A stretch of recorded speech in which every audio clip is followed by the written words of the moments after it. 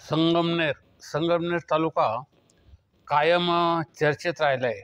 आता ह्या संगमनेर तालुक्यामध्ये एक महत्त्वाची गोष्ट घडली की संगमनेर तालुक्यामध्ये प्रवरा नदीच्या काठी किंवा मुळा नदीच्या काठी किंवा ओढ्यावर एकतर हे वाळू तस्कर हे खूप प्रमाणात मोठ्या प्रमाणात वाढलेले आहेत आणि त्यामध्ये जे महसूलचे कर्मचारी जातात तर त्यांना देखील हे लोक व्यवस्थितपणे प्रतिकार करताना दिसत आहेत, त्यांच्यावर हल्ले करताना दिसत आहेत।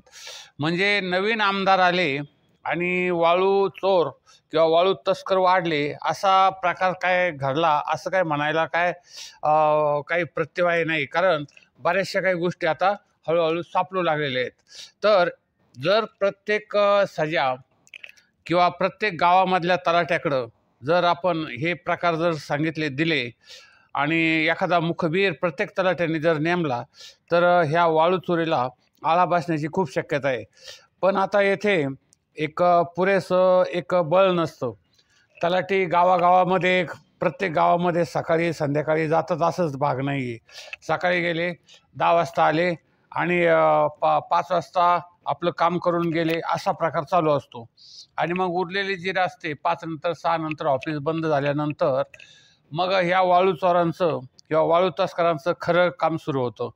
एक तर त्यांच्याकडं एक महत्त्वाची गोष्ट म्हणजे त्यांच्याकडं ट्रॅक्टर असतात विना नंबरचे, त्याच्यानंतर त्यांच्याकडं काही दुसरे छोटे छोटे टेम्पो असतात विना नंबरचे, आणि रात्री लाईट लावून वाळू उपसा करतात, सकाळी वाळू उपसा करतात, त्यानंतर सकाळपर्यंत देखील हे वाळूचे नदी पात्रात किंवा ओढ्याच्या पात्रात ढीग घालून ठेवतात आणि मग या जसं जसं वेळ मिळेल ज्या ज्या पद्धतीने मिळेल त्या त्या पद्धतीने हे चोरी करत असतात वाळूची। आणि हे प्रकार फक्त काय वाळू भागात म्हणजे पठार भागातच आहे अशातला नाही, तर हे प्रकार सर्व तालुक्यामध्ये सर्वत्र सुरू आहेत। परंतु आता येथे कोणत्याही अधिकाऱ्याचं पदाधिकाऱ्याचं याच्यावर लक्ष आहे की नाही असाच एक भाग आहे। आता परवाच असा एक प्रकार घडला पठार भागामध्ये। आता मांडव जो भाग आहे, मांडव खुर्द पारनेरमध्ये येतं मुळा नदीच्या पलीकडे, आणि मांडवे बुद्रुक हे संगमनेर तालुक्यामध्ये येतं। मग आणि संगमनेर तालुक्यामध्ये आल्यानंतर तर संगमनेरमध्ये शिंदोडी वगैरेची गावं येतात, साकूर येतं, त्यानंतर कवठे मलकापूर किंवा वरवंडी या भागामध्ये येतं, तो एक भाग येतो। तर या मुळा नदीच्या पात्रात खूप मोठी वाळू आहे आणि मग ती वाळू हे लोक करत असतात। आता असाच अकस्मात प्रसंग घडलेला आहे की हे बेकायदा यांचं वाळू उत्खनन चालू असताना एक कारवाईसाठी एक महसूल पथक गेलं। आता हे महसूल पथक कसं झालं माहिती आहे की गुरुवारी पठार भागातील मांडवे सिंदोडी रस्त्यावर, आता मांडव्यावरून सिंदोडीला जो रस्ता जातो त्या रस्त्यावर घारगाव पोलीस ठाण्यात दोघांविरुद्ध गुन्हा दाखल केला वाळू चोर म्हणून, वाळू तस्कर म्हणून। आता त्यामध्ये कोण कोण आहेत, गोरख भागा बाचकर आणि दत्तू राघू बर्डे हे मांडवे बुद्रुकचे राहणारे असलेत आणि यांच्यावर गुन्हा दाखल केलेला आहे। तर त्यांच्या विरोधात गुन्हा दाखल करणारे जे आहेत ग्राम महसूल अधिकारी मांडवे बुद्रुकचे अभिषेक भाऊसाहेब गोरडे, आणि त्यांनी घारगाव पोलीस स्टेशनला हा एक गुन्हा दिलेला आहे, दाखल केलेला आहे। आता मांडवे बुद्रुक गावच्या शिवारात बाचकर वस्ती आहे आणि त्या वस्ती शेजारीच नदी वाहते, तर त्या जमिनीतून वाळू उत्खनन करून वाहतूक होत असल्याची माहिती तहसीलदाराला मिळाली। कोणाला मिळाली? ही तहसीलदार धीरज मांजरे यांना गुरुवारी सकाळी मिळाली। मग त्यानंतर त्यांनी ग्राम महसूल अधिकारी गोरडे यांना कारवाई करण्याचे निर्देश दिले। म्हणजे हे प्रकार हे जे चालू आहेत हे जर तहसीलदारांनी सांगितलं कारवाई करा तर कारवाई केली जाते, जर खासदारांनी सांगितले कारवाई करा तर केली जाते, जर आमदारांनी सांगितलं कारवाई करा तर केली जाते, असा प्रकार आहे की काय हे काही सांगता येत नाही। मग त्यांनी हे तहसीलदार आहेत धीरज मांढरे यांनी कारवाई करायला सांगितलं आणि मग हे महसूल अधिकारी जे आहेत गोरडे यांना कारवाई करण्याचे निर्देश दिले। आता हे गोरडे हे मोटरसायकलवर त्यांचे जे सेवक आहेत महसूलमधले आशिफ शेख आणि शिवनाथ कातोरे यांना सोबत घेऊन मोटरसायकलवरून ते मांडवे दिंडोरी रस्त्याने जात असताना त्यांना बाचकर वस्तीजवळ विना क्रमांकच्या वाळूने भरलेला ट्रॅक्टर वाहतूक करताना दिसला। त्यांनी हा ट्रॅक्टर थांबला आणि चौकशी केली त्याची की बाबा काय आहे, हे कुठं चालली वाळू, कुठून घेतलेला आहे. तर त्यांच्याकडे काही परवानासुद्धा नव्हता किंवा काही इतर काही वाळू वाहून नेण्याचं काही दुसरं काही हे नव्हतं कागदपत्र. मग त्या चालक जो होता त्याचं नाव होतं गोरख भास्कर आणि ट्रॅक्टर हा नवनाथ भावका ढेमरे यांचा असल्याचं त्यांनी सांगितलं ह्या ट्रॅक्टरवाल्यांनी. मग त्या ट्रॅक्टर चालकास तो म्हटला, चल बाबा तू आता गारगाव पोलीस ठाण्यामध्ये चल आणि मग हा ट्रॅक्टर आपण घेऊ. पण हा जो महसूल अधिकारी गोरडे यांना दमबाजी आणि धक्काबुक्की करून ट्रॅक्टर त्यांनी पळून नेला. हे तू काय करतोस, आम्हाला आम्ही पाहून घेऊ, आमचं तू कोण आहेस, अशा पद्धतीचं. आणि दरम्यान अशाच प्रकारे दुसरा एक प्रकार घडला की विना क्रमांकाचं जी वाळूची वाहतूक करणारा दुसरा ट्रॅक्टर गोरडे यांना दिसला आणि त्यांनी तो थांबवला असता मालक व चालक दत्तू राघू बर्डे असल्याचे चालकाने सांगितले की तो हा यांचा ट्रॅक्टर आहे. तर त्यांनी पण ह्या गोरडे यांना धक्काबुक्की करून ट्रॅक्टर पळून नेला.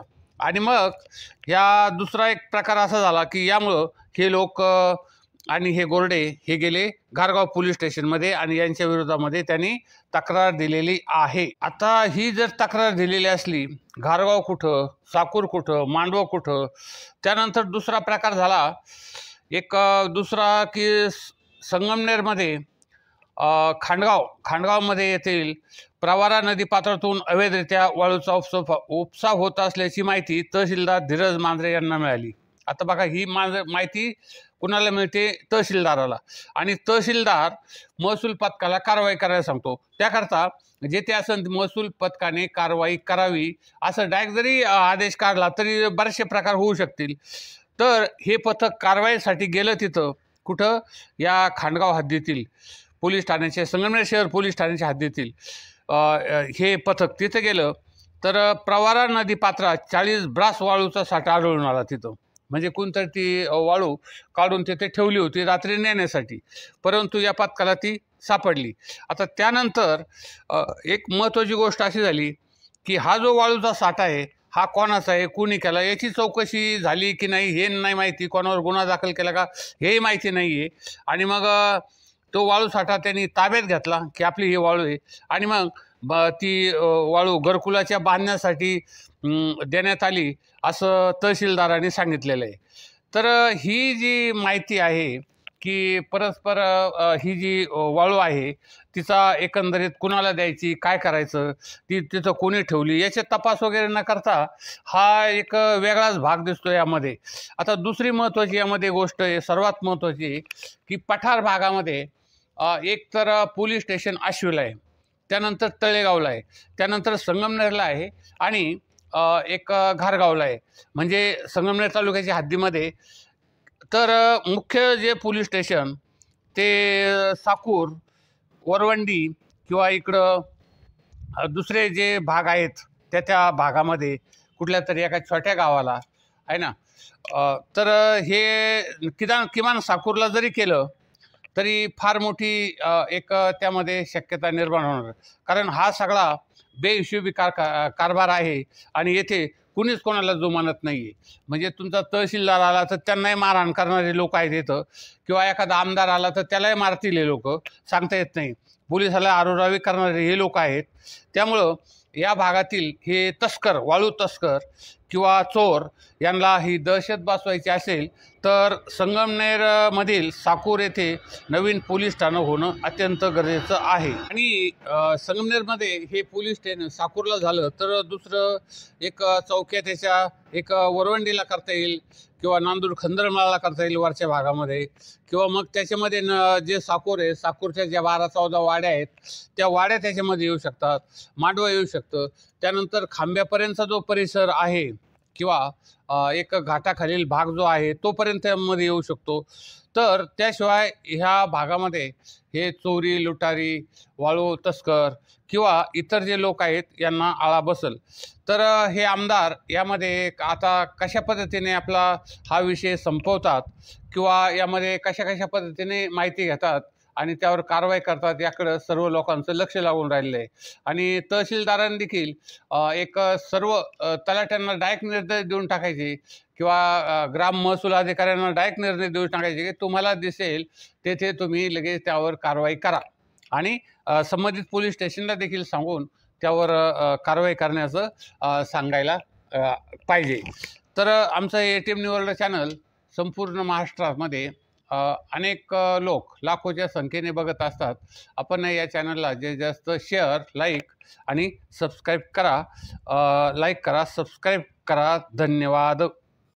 संगमनेरमध्ये एक वाळू तस्कर, त्यानंतर असे भुरटे चोर किंवा इतर असे काही जे लोक आहेत जे लबाड आणि विविध प्रकारे लोकांना गंडवणारे अशा लोकांचं प्रमाणही फार मोठं आहे.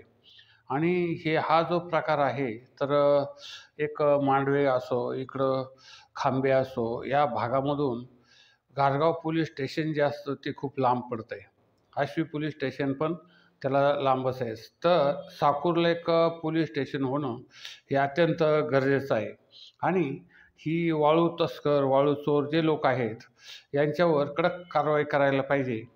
आणि तहसीलदाराने आदेश सर्वांना डायरेक्ट दिले पाहिजेत किंवा आमदार वगैरे यांचाही याच्यावर खूप मोठा वचक असला पाहिजे आणि तरच ते काही असं घडू शकतं. अन्यथा हे लोक तहसीलदाराला मागे पुढे मारायला मागे पुढे पाहणार नाही आहेत. ते कुणावरही हल्ला करू शकतात. तर अशा प्रकारचे जर समजा प्रत्येक गावात असे तस्कर सापडले आणि त्यांच्यावर जर केसेस झाल्या तर त्यामधून थोडासा आळा बसण्याची शक्यता आहे. तर काही लोक असं म्हटले की यापूर्वी काही असं घडत नव्हतं, वाळू तस्कर किंवा चोर चोरी करत नव्हते आणि सगळेजण मिळून मिसळून सगळ्या पद्धतीने काम करत होते. तर हा जो भाग आहे हा सत्य आहे की असत्य हे लोकांना एक चांगल्या पद्धतीचं माहीत आहे. कारण वाळू जी पहिल्यांदा चोरली जात होती त्याचं कुठंही एकंदरीत दृष्टी होतो कोणी त्याच्यावर कारवाई केलेली नव्हती आणि कारवाया झाल्या तर वरून फोन आले तर त्या कारवाया रद्द होत होत्या. म्हणून हा जो प्रकार आहे तो जो वाढलेला प्रकार आहे, आश्वी ते मांडवे हा रस्ता, त्यानंतर साकूर ते चन्नापुरी हा रस्ता, त्याच्यानंतर बोटा ते संगमनेर हा रस्ता, हा पठार भागाचा जो भाग आहे तो विकसित होण्यासाठी खूप प्रयत्न केले पाहिजेत. आणि एक बाकी रस्ते जे आहेत महत्त्वाचे की काही आमदारांनी आश्वासनं दिले, साकूर बेलेवाडी रस्ता तयार करू किंवा इतर काही ज्या सुधारणा असतील, पाण्याच्या सुधारणा असतील त्या सर्व गावांना पुरवू वगैरे वगैरे ज्या बाबी आहेत, जी आश्वासनं आहेत ती आता पूर्तता करण्यासाठी हे चोर उचक्के आणि हे वाळू तस्कर यांच्यापासून आपल्याला दूर राहणं अतिशय महत्त्वाचं आहे. आणि त्यासाठी अधिकाधिक कठोर पावलं उचलून यांचा पुरा बंदोबस्त करणं अगत्याचं आहे. आणि त्यासाठी साकूरला एक वेगळं पोलीस स्टेशन होणं हे अत्यंत महत्त्वाचं आहे. तर आमचा हा ATM न्यूज वर्ल्ड चॅनल संपूर्ण महाराष्ट्रामध्ये लाखोच्या संख्येने लोक बघत असतात. आपण या चॅनलला जास्तीत जास्त शेअर, लाईक, सबस्क्राईब करून कॉमेंट करा आणि जास्तीत जास्त सबस्क्राईब करा. धन्यवाद.